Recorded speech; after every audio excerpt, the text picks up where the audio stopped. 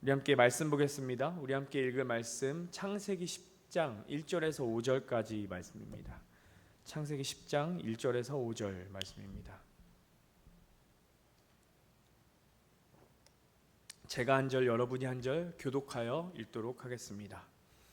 노아의 아들 셈과 함과 야벳의 족보는 이러하니라. 홍수 후에 그들이 아들들을 낳았으니 야벳의 아들은 고멜과 마곡과 마대와 야완과 두발과 메섹과 디라스요. 고멜의 아들은 아스그나스와 리밧과 도갈마요. 야완의 아들은 엘리사와 달시스와 깃딤과 도다님이라. 우리 함께 읽겠습니다. 이들로부터 여러 나라 백성으로 나뉘어서 각기 언어와 종족과 나라대로 바닷가의 땅에 머물렀더라. 아멘. 먼저 설교 시작하기 전에 한 가지 여러분께 고백하고 설교를 나누고 싶습니다.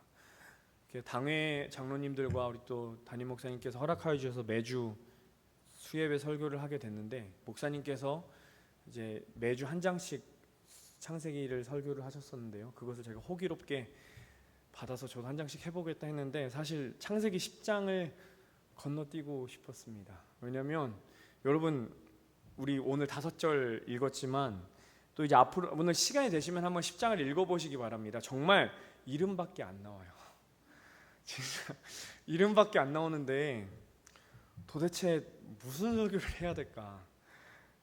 또 다음 장에는, 또 우리가 다음 주에는 바벨탑에 대해서 이야기할 텐데, 바벨탑은 이야기할 게 너무 많잖아요. 그래서 10장을 건너뛰고 11장으로 넘어갈까 생각을 했지만, 그래도 이 안에서 하나님이 주실 은혜가 있음을 믿는 마음으로 이 본문을 골랐습니다. 우리 함께 조금 어려울 수도 있고, 아니면 도대체 왜 들어가 있는지 알 수 없는 그런 족보들을 종종 보긴 하지만, 그 안에서 발견할 수 있는 하나님의 은혜를 우리가 오늘 경험할 수 있기를 간절히 기도합니다.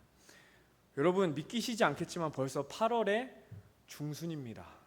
참 올해는 시간이 정말 빨리 지나가는 것 같아요. 이게 제가 원래 카톡방에서 나누는 내용은 나누면 안 되는데, 이게 저희 수요예배 카톡방에서요, 시간이 빨리 간다고 느끼면 이제 나이가 들어가는 거라고 합니다. 여러분, 시간이 빨리 가시나요? 아니면 시간이, 모두의 분들에게 시간이 느리게 가고 있음을 믿습니다.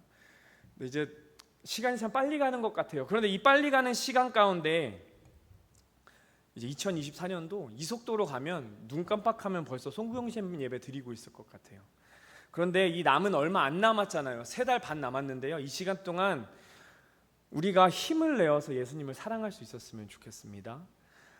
여러분, 혹시 피클볼이라고 들어보셨나요? 이게 테니스랑도 비슷하고 배드민턴이랑도 비슷하는데, 저는 아직까지 해본 적은 없는데 많은 사람들이 좋아해서 중계만 종종 찾아보고 있습니다. 이 피클볼 처음으로 하고 나면은요, 운동을 안 하다가 하고 나면 다리에 쥐가 나는 경우가 있대요. 왜냐하면 몸을 되게 빨리 움직여야 돼서라고 합니다.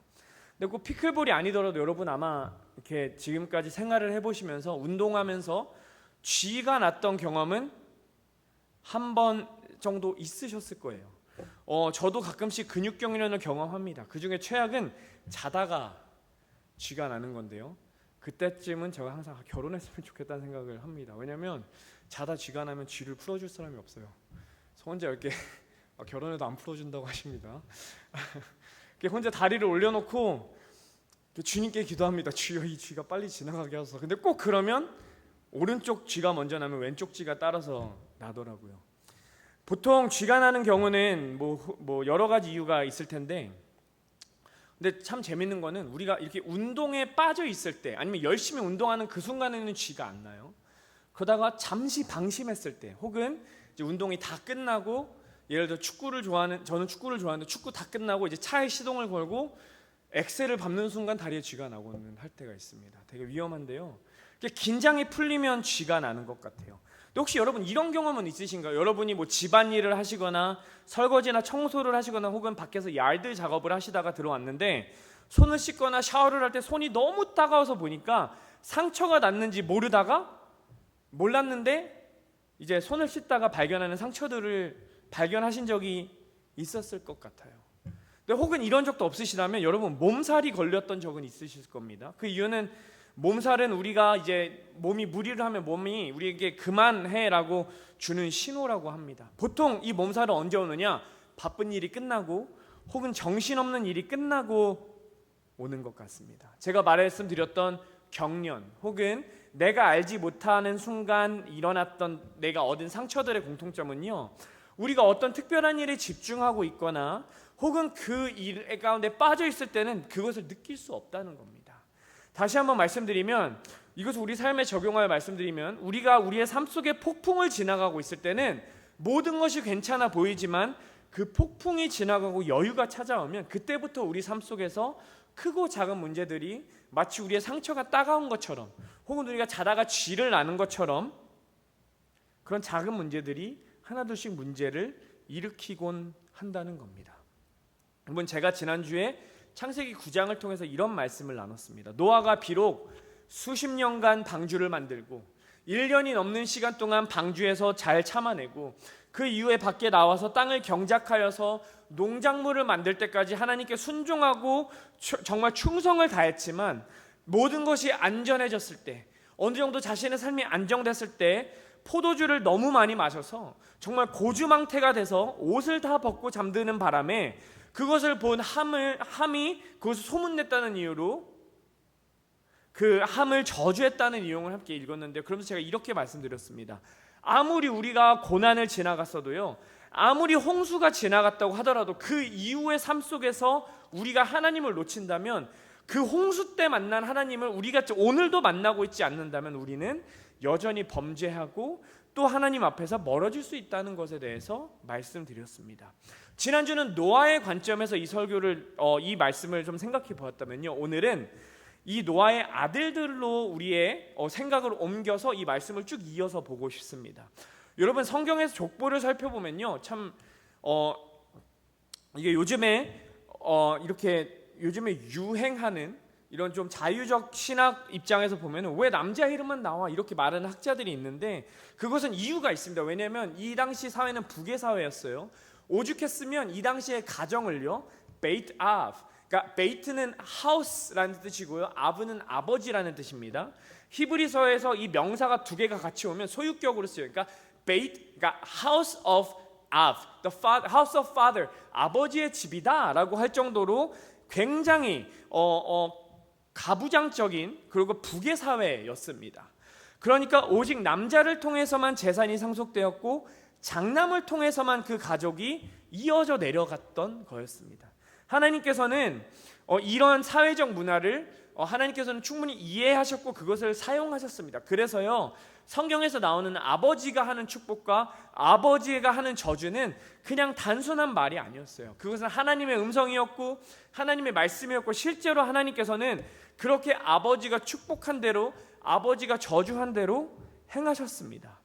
여러분, 창세기 9장에 보면 바로 이 아버지의 저주가 등장하는데요, 제가 이것을 짧게 제가 25절, 여러분이 26절 그리고 27절 함께 읽어보겠습니다. 이 전의 사건을 잠깐 말씀드리면, 제가 조금 아까 말씀드렸듯이 노아가 완전히 취해서 함이 그러니까 어떤 학자들은 함의 아들인 가나안이 보았고 그것을 함에게 알렸다 뭐 이런 이야기도 있는데, 그러니까 어떤 일이 있었냐면 이 아버지가 옷을 다 벗고 장막에서 자는 걸 보고 이 함과 가나안이라는 이 사람들이 나와서 이것을 놀리듯이 말합니다. 야, 아버지가 옷 벗고 잔다. 그것을 노아가 알았고 그것에 대해서 분노하면서 이런 말을 하는 겁니다. 제가 25절, 여러분 26절, 27절을 함께 읽어보겠습니다. 이에 이르되 가나안은 저주를 받아 그의 형제의 종들의 종이 되기를 원하노라 하고, 또 이르되 셈의 하나님 여호와를 찬송하리로다.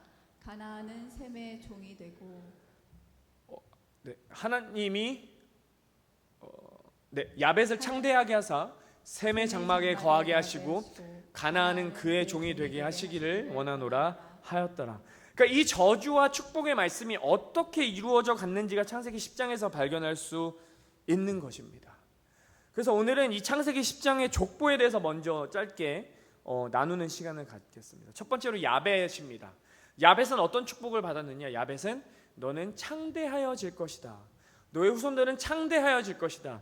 너희 후손들은 성공할 것이다. 너희 후손들은 부유해질 것이고 너의 후손들은 군사적으로도 힘을 가질 것이고 너의 후손들은 유명해질 것이다 라는 축복을 받았어요. 그리고 실제로 그것이 어떻게 이루어지느냐, 10장 5절에 보면 바닷가의 땅에 머무르면서 그 창대함이 이루어집니다. 예로부터요, 바다나 물가를 점령하는 것은 굉장히 중요했습니다. 왜냐하면 이 바다를 통해서, 호수를 통해서 어떤 일이 있었느냐, 사람들이 교류했기 때문이에요.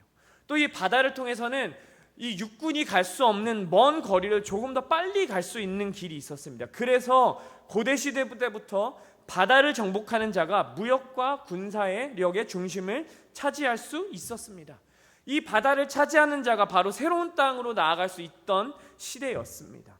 그러니까 야벳은요, 바닷가의 땅에 가면서부터, 그 바닷가의 터를 잡으면서부터 이 창대함의 축복이 이루어지게 되는데, 문제는 이걸 여러분께 질문해 보고 싶어요. 어떻게 창대해졌냐는 겁니다. 이는 그가 창대해진 방법이요, 하나님과의 방법은 조금은 멀었습니다. 왜냐하면 우리의 눈으로 보았을 때 성공했다고는 하지만 이 바다를 차지했다는 것은 어떤 의미냐면 이들은 침략하여 뺏었다는 것이고요, 무역을 독점하면서 다른 사람들의 것을 뺏어왔다는 겁니다.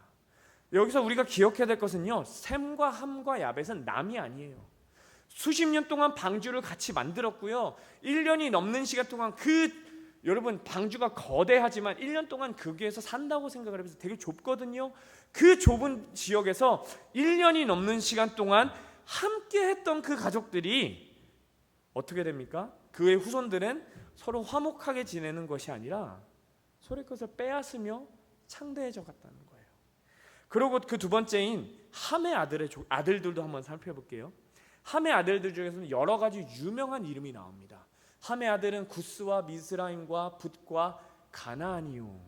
여기서 보면 이제 한글 성경에서는 이제 예전 말을 썼는데 NIV를 보면 쿠시, 이집트, 푸트, and 케이난. 그러니까 되게 여기서 딱 눈에 꽂히는 단어가 두 개 있어요. 이집트와 가나안이라는 땅입니다.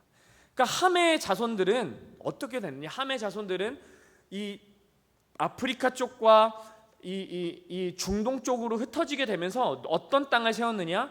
가나안 민족이 되었고요. 그들은 이집트라는 왕국을 건설했다는 겁니다.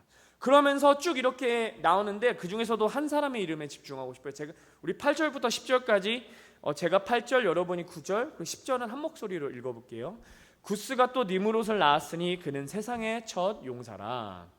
그가 여호와 앞에서 용감한 사냥꾼이 되었으므로 속담에 이르기를 아무는 여호와 앞에 느므롯 같이 용감한 사냥꾼이로다 하더라. 네, 잠깐 여기서 멈추겠습니다. 여기서 보면은 마치 이 사람은 굉장히 뛰어나고 용맹한 전사인 것처럼 표현합니다. 그런데요, 니므롯이라는 단어의 원어를 살펴보면 그게 무슨 뜻이냐? rebel, 반역하다라는 뜻입니다. 그러니까 이 니므롯이라는 사람은 어떤 자였느냐? 단순히 용사가 아니라 하나님 앞에서 용감한 용사라는 말은 그는 하나님께 대적하고 하나님께 반역했던 인류의 최초의 용사라는 거예요. 그러니까 함의 자손 중에 누가 있었느냐?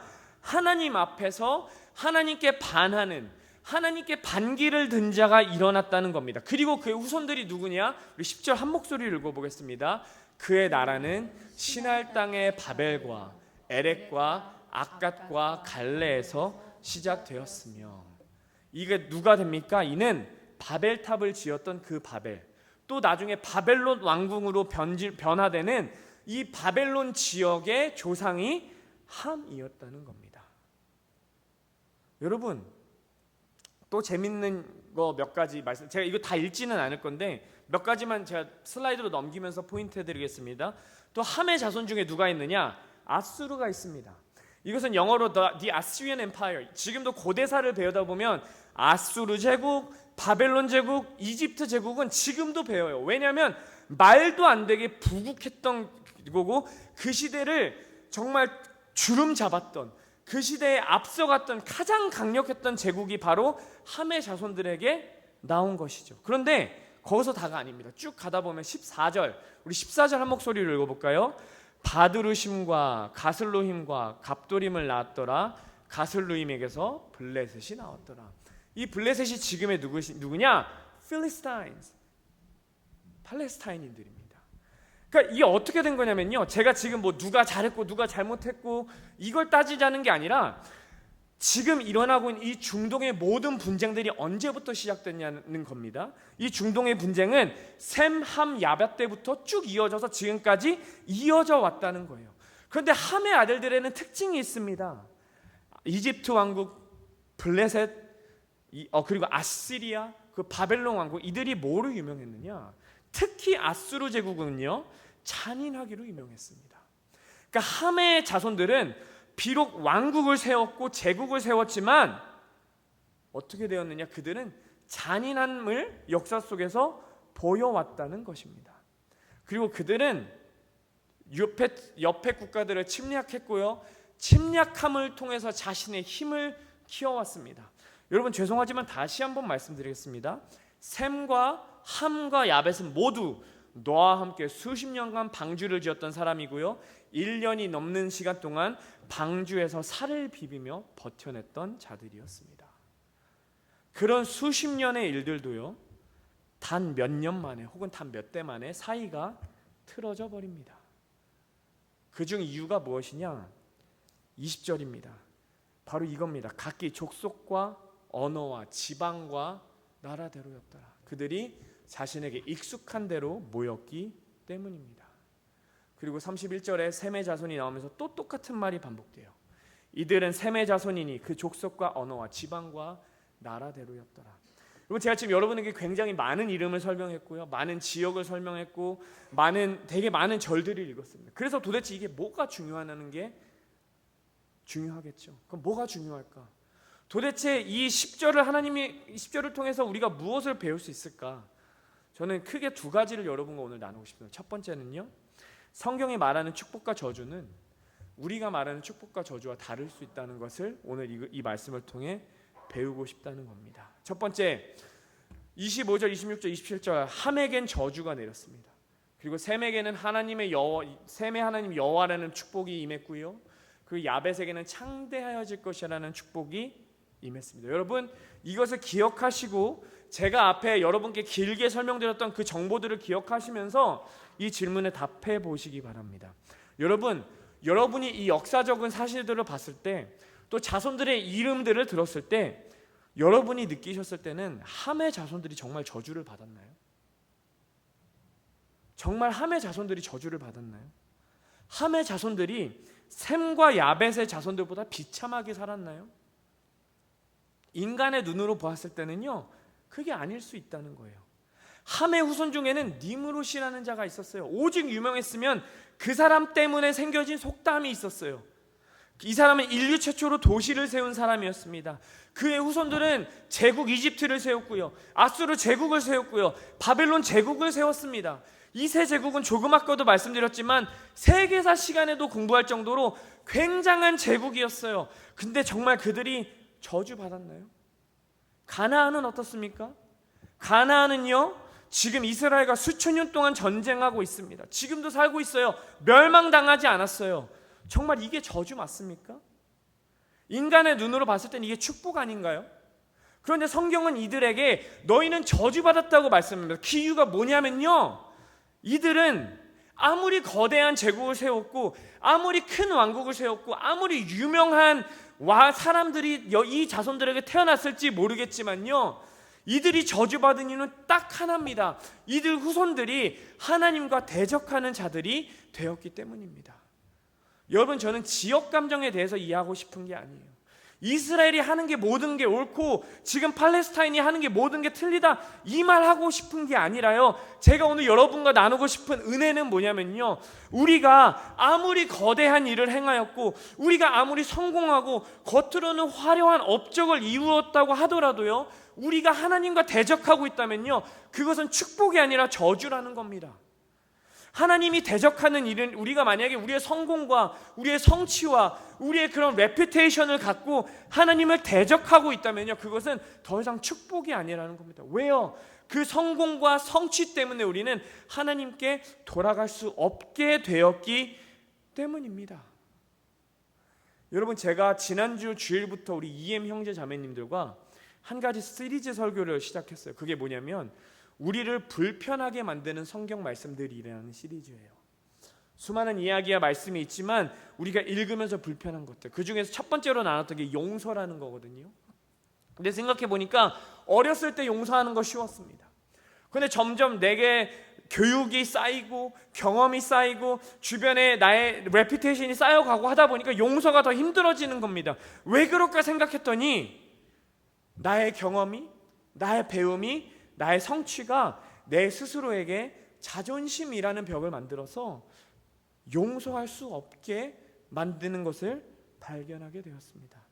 그러면서 이 함의 이야기를 읽으면서 오늘 설교를 준비하면서 이런 기도를 하게 됐습니다.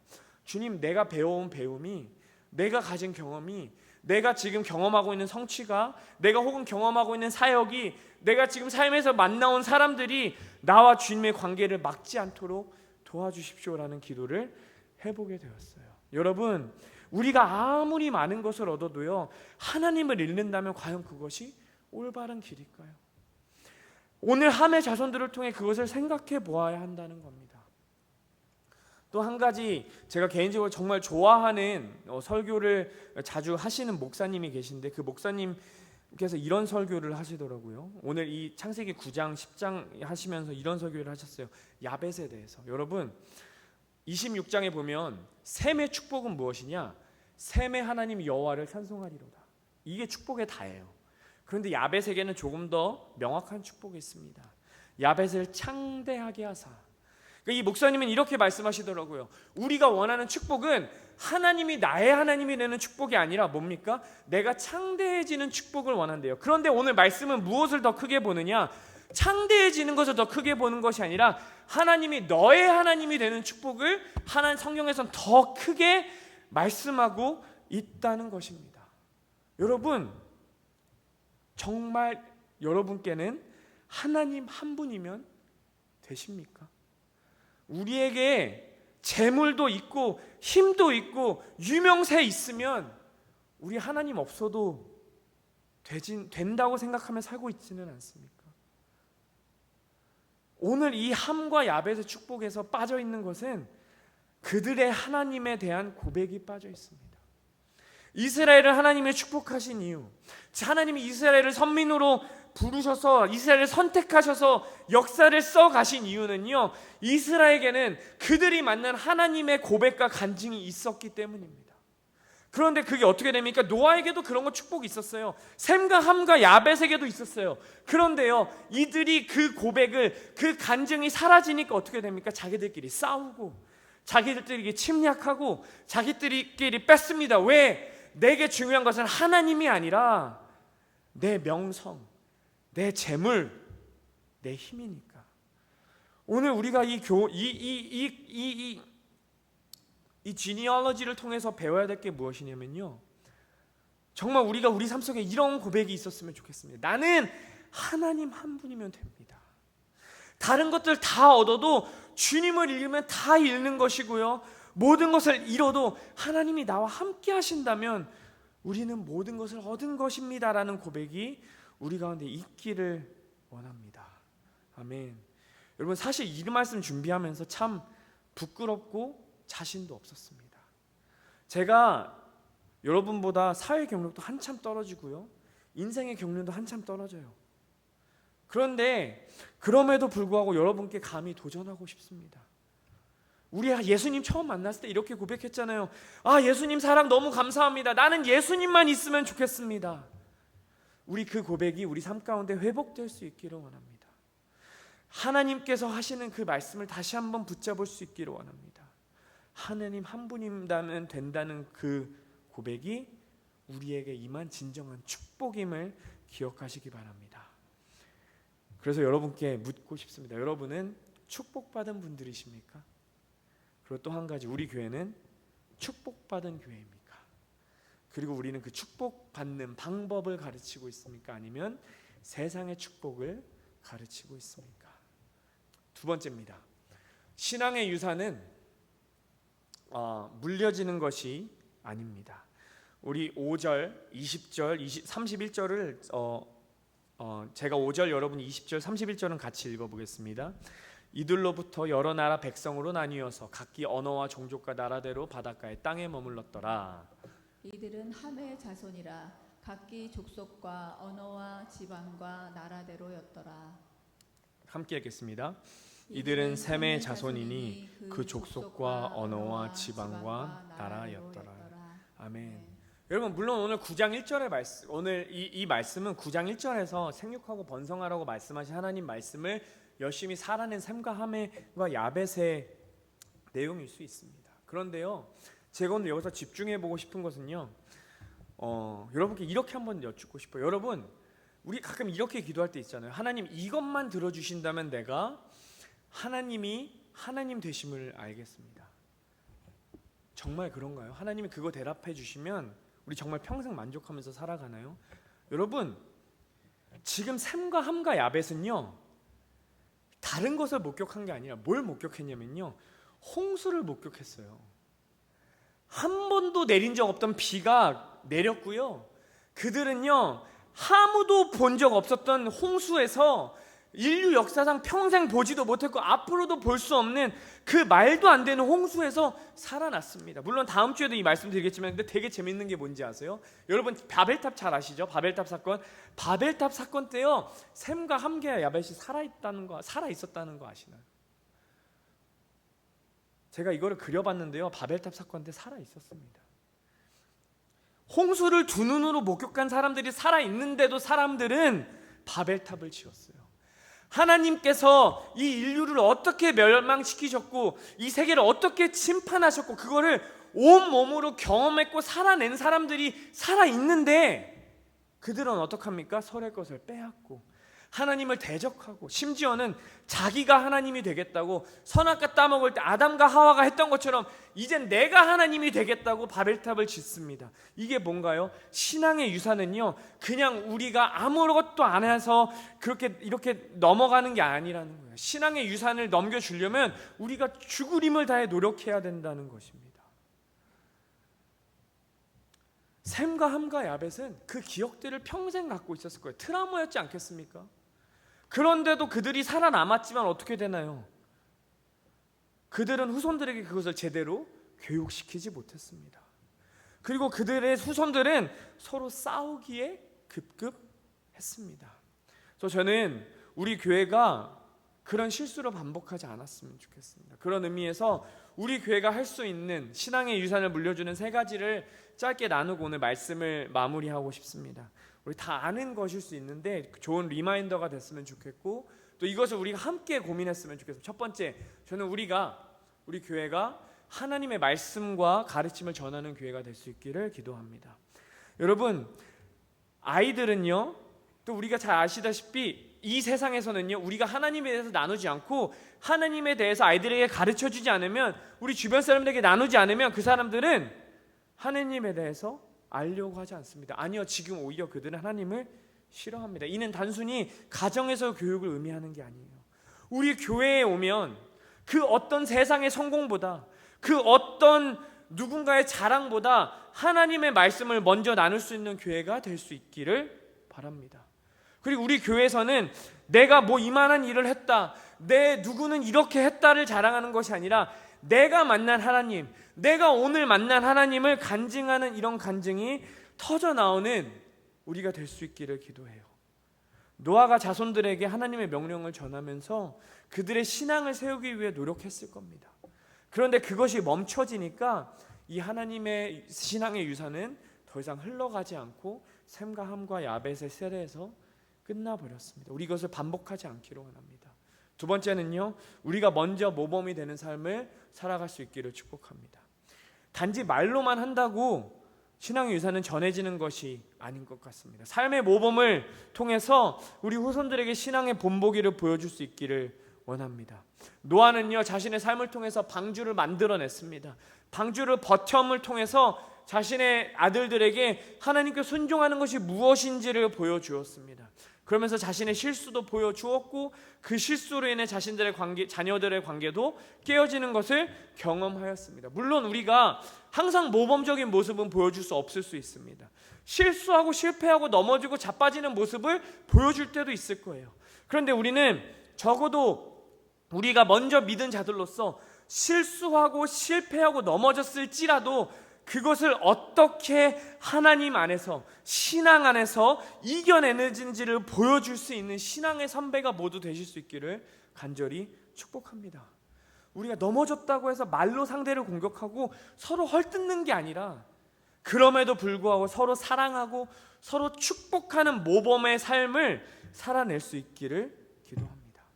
그러면 우리 아이들도요, 그리고 우리보다 후에 믿은 분들도 언젠가 그런 삶을 살아낼 것입니다. 우리의 생각, 우리의 배움, 우리의 의, 우리의 성취가 아닌 하느님이 먼저 되는 삶을 살아가는 교회 될 수 있기를 간절히 기도합니다. 그 마지막으로 우리가 꼭 했으면 좋겠는 것은요, 우리가 기도하고 축복하는 것을 쉬지 않았으면 좋겠습니다. 신앙의 유산은 기도와 축복을 통해서 전해집니다. 노아가 자녀들을 위해 축복하고 저주했던 것처럼 우리는 자녀들과 후손들을 위해서 은혜를 구하고 하나님의 인도하심을 끊임없이 구할 수 있기를 원합니다. 그래서 쉬지 않고 기도할 수 있기를 원합니다. 그래서 마지막으로 나누고 싶은 것은, 그래서 도대체 우리는 누구를 위해 기도해야 할까? 도대체 우리가 말하는 가족은 어느 정도인가라는 겁니다. 여러분, 옛말에 우리나라에서 가족을 식구라고 했다고 해요. 먹을 식자에 입구자를 써서 그게 가족이었다라고 말했다고 합니다. 무슨 뜻이죠? 함께 밥을 먹는 입들이라는 뜻입니다. 그래서 옛 조상들은 같이 밥을 먹는 자들이 가족이다라고 생각했다고 전해집니다. 여러분, 우리 매주 예배 끝나면 뭐하죠? 친교 시간을 통해 함께 식사를 나눕니다. 그 말은 우리 여러분 앞뒤로 앉아 계신 분들, 옆에 계신 분들, 여러분이 함께 식사를 나누고 있는 모든 교인분들, 그리고 식사를 하고 나누는 여러분의 직장 동료들 혹은 이웃분들이 모두 우리의 가족인 것입니다. 여기 모인 우리 모두가 주님의 자녀이고요, 주 안에서 가족된 자들입니다. 다른 사람의 자녀가 아니라 우리의 자녀들이고요, 다른 사람의 아픔이 아니라 우리의 아픔이어야 합니다. 그래서 우리가 단순히 우리의 자녀뿐만이 아니라 자라나고 있는 우리 다음 세대들을 위해서 기도할 수 있는 그런 교회가 되기를 기도합니다. 그러면 주님께서는요, 그 중보의 기도를 기억하실 거예요. 지금은 느려 보여도 반드시 응답하실 겁니다. 지금은 그들이 흔들리는 것 같아도요, 하나님은 그들을 버리지 않고 반드시 붙잡으셔서 하나님의 사람으로 사용하실 줄 믿습니다. 우리는 그들을 변화시킬 수 없지만 우리가 할 수 있는 것은 그들을 위해 하늘 곳간에 우리의 기도를 차곡차곡 쌓아가는 것입니다. 그래서 우리가 우리 다음 세대들을 위해서 끊임없이 기도할 수 있기를 원해요. 그들이 신앙 안에서 성장할 수 있도록, 또 그들이 되게 혼탁한 세상 가운데서 진리를 발견할 수 있도록.